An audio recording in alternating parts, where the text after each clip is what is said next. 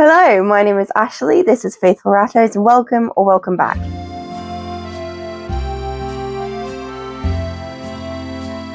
So in today's video, I'm going to be talking to you about rehoming pets and why I don't think it's a bad thing and why I think we should get rid of quite a lot of the stigma and shame that surrounds rehoming pets, because I think we are doing a lot more damage to the people and to the pets. So, first, let's get into reasons why people might choose to rehome their pets. One of the biggest reasons that people rehome pets is because of finances, and either they can't keep up with the day-to-day upkeep costs, whether that's food, bedding, grooming, things like that, or they can't keep up with the vet care costs as they are rising, or perhaps with a really unwell or really severely injured pet. Another common reason, unfortunately, is that the pet was for the children and they're bored or they're not looking after the pet properly. And this is one that does cause a lot of people to put a lot of shame onto people. But I think the way that we can combat some of these reasons is with education. Another reason is moving, and people don't think moving with a pet is a good idea, which I think is a very interesting stance to take, because if you're moving, the pet's moving with you, and if they're being rehomed, they're also still moving. So I don't quite understand the reasoning there. But sometimes when you are moving into a rental property or like owned by a housing association or something, there are rules in place against pets. And this is changing in the UK. There are laws slowly coming into place regarding this, but it's not something that is very widespread. And I know this is a problem in lots of different countries, and it is a very valid reason. Sometimes pets are rehomed because they are social creatures, and this is really relevant when it comes to rats. And obviously, my channel is mostly about rats, and rehoming the last few or the last one of a social animal so they can join another group is something that is really, really important to do. So that could be another reason for rehoming. A big reason that people do rehome their pets is because they can't sustain the level of care they need, whether that is because they have some mental issue with that, whether they have a severe mental health issue themselves or something they can't cope with, just the day-to-day upkeep of the animal. Sometimes, especially with animals like rats, this is the repetitive loss that can get really, really, really overwhelming, and to go on keeping rats is too much. This is a reason that people rehome. And another one is that they simply don't want the pet anymore, and there's nothing really else going on. They just don't want the pet, or they just don't want to look after the pet anymore. I personally think that every reason to rehome a pet is valid, and I'll tell you why. It's not because I think it's okay to take on a responsibility and then just let it fall by the wayside, but it's because I believe that if animals need to be rehomed, regardless of the reason, they are going to be better off being rehomed than kept where they're not being looked after properly or where they can't be looked after properly. And that's very, very important. A lot of people see it as, oh, that person has failed, that person has given up. But if that person can't provide the care, the animal is going to be better off being rehomed. And so I personally think that all reasons to rehome are valid and necessary, and that regardless of whether you agree with that reason, it is a beneficial decision for the animal to be rehomed. We don't want animals to be at risk for neglect, whether that is purposeful or not, and responsible rehoming can really prevent this. Also, rehoming, like private rehoming is what I'm really referring to here, is also keeping animals out of the rescue and shelter system, which is also overloaded at the moment. And if you are vetting the homes and making sure they are a good fit for your pet going into their care, this does put resources back into the hands of rescues and shelters who can then do actual real rescue work instead of just rehoming people's pets. I personally believe that we really do need to stop the stigma that surrounds rehoming, because it does stop people from rehoming pets when they can't care for them. A lot of people carry around guilt and shame surrounding rehoming their pets for whatever reason, and that does stop people from doing it. And if they aren't being rehomed, then I do worry again about this risk of neglect, whether purposeful or not, creeping in. We should address the people who are rehoming for silly reasons, or who are doing something which people have labelled pet flipping, which is where you get one pet, you get bored of it, you rehome it, and then you get another pet, you get bored of it, and you rehome it. Often you'll see posts like people are trying to rehome small pets because they've just got a dog, or people are trying to rehome older pets because they've just got a new puppy or a new kitten, and that is pet flipping. That is a bad thing. However, I would argue that those pets are better off in a new home where they will be looked after, because they obviously aren't going to be getting the attention and the care they need in that home that's rehoming them.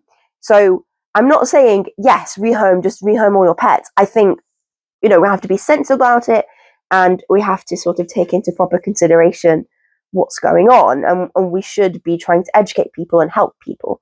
However, rehoming is sometimes the best decision for these pets, and I don't think we should shame people for making those decisions.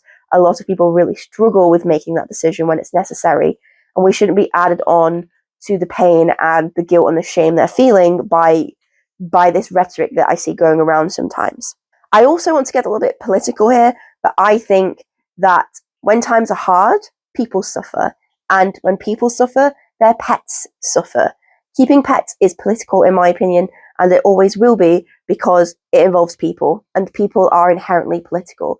Now, I don't often speak about my political views here on this channel. It's not usually relevant in the day-to-day care videos that I'm making.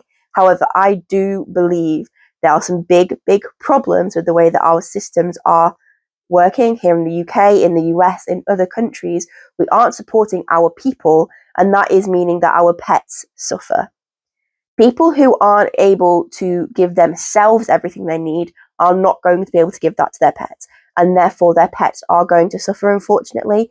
People who are struggling to pay their bills or to eat themselves are not going to be able to afford the vet care their animals deserve if and when they need it. And that is a real big problem.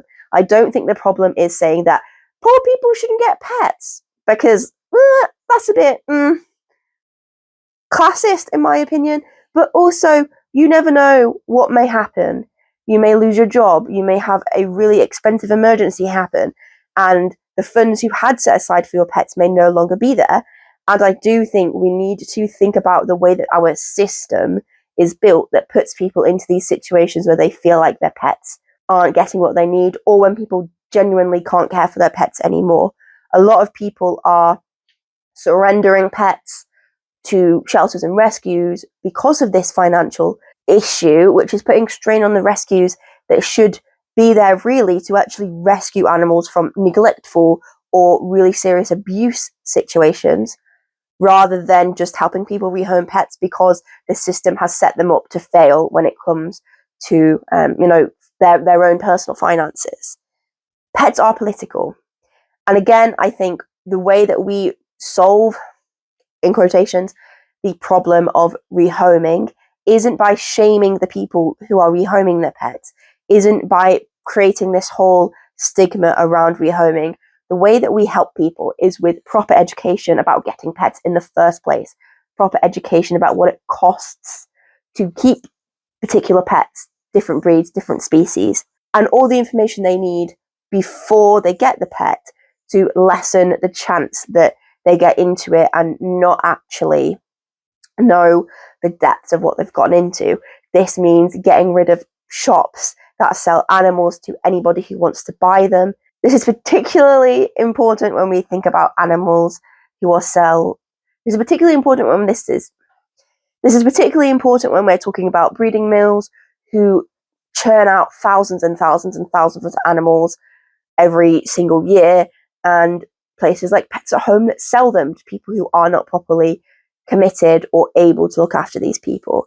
This looks like education at looking at backyard breeders and things like that, so people are aware of what they're purchasing before they purchase it. And the other side of that is to make sure that our structural safety nets, our financial safety nets for everybody in our countries, whether that's the UK here where I'm based, or in the US, or in France, Germany, Spain, South Africa, wherever you are, if your government is actually providing for its people, rehoming for a lot of these situations where people can't afford or landlords are not allowing pets, these things can be prevented. The government can help with these things. If the government made laws about landlords rejecting pets, people wouldn't have to rehome their pets if they were moving somewhere. People wouldn't be able to be evicted because of what pet they have.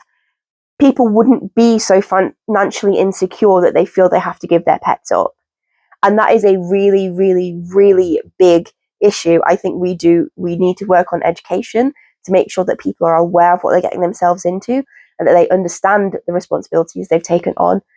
But we also need to go back to the governments that control the way that the country works and make sure they're doing everything they can to make life easier for people and their pets, because we cannot separate the two. Pets are always going to involve people, and we need to look after the people as well as the pets. And that's something I'm really, really passionate about.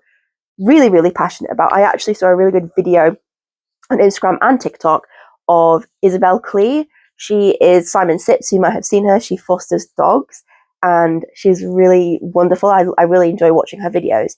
And she made a really good short form content video about this, talking about looking after people as well as the pets. And I think it's true in the UK, and I think it's true all over the world. And it's something that I don't think is spoken about enough. People say keep the politics out of it. People don't want to talk about politics because it loses them followers or because it causes disagreement. But we have to talk about these things. We have to see where our countries are headed. And the way things are going, our world is getting more divided and we're putting each other at odds. We aren't looking after each other. The governments aren't looking after us either. And it's something that we need to do. We just have to do it. I'm going to get off the soapbox. I feel like I stepped on the soapbox a bit more than I do usually, even with my sort of educational content. But that's the video from me. I hope you learned something. I hope you enjoyed it. I would really, really love to hear your points of view when it comes to this, whether you agree with me or not. I would really love to have a discussion in the comments. So if you have anything to ask or add or say, please leave them down there in the comments. If you would like to see more from me, I talk about rats. As my channel would suggest, I talk about my own personal experiences. I talk about like hot topics and make educational content, and I also vlog. I do keep rats and I breed rats, and I do have some inverts that sometimes make it here on the channel. So if you are interested to stick around, please do give me a subscribe and like and all the things. I do have channel memberships for anyone who is interested at lots of different tiers. Some of the perks include a note from me monthly, or helping to choose the name of my new rats when I get them, or even some merch items. If that's something you're interested in, please do become a channel member. I would love to have you. Okay, thanks so much for watching. Bye!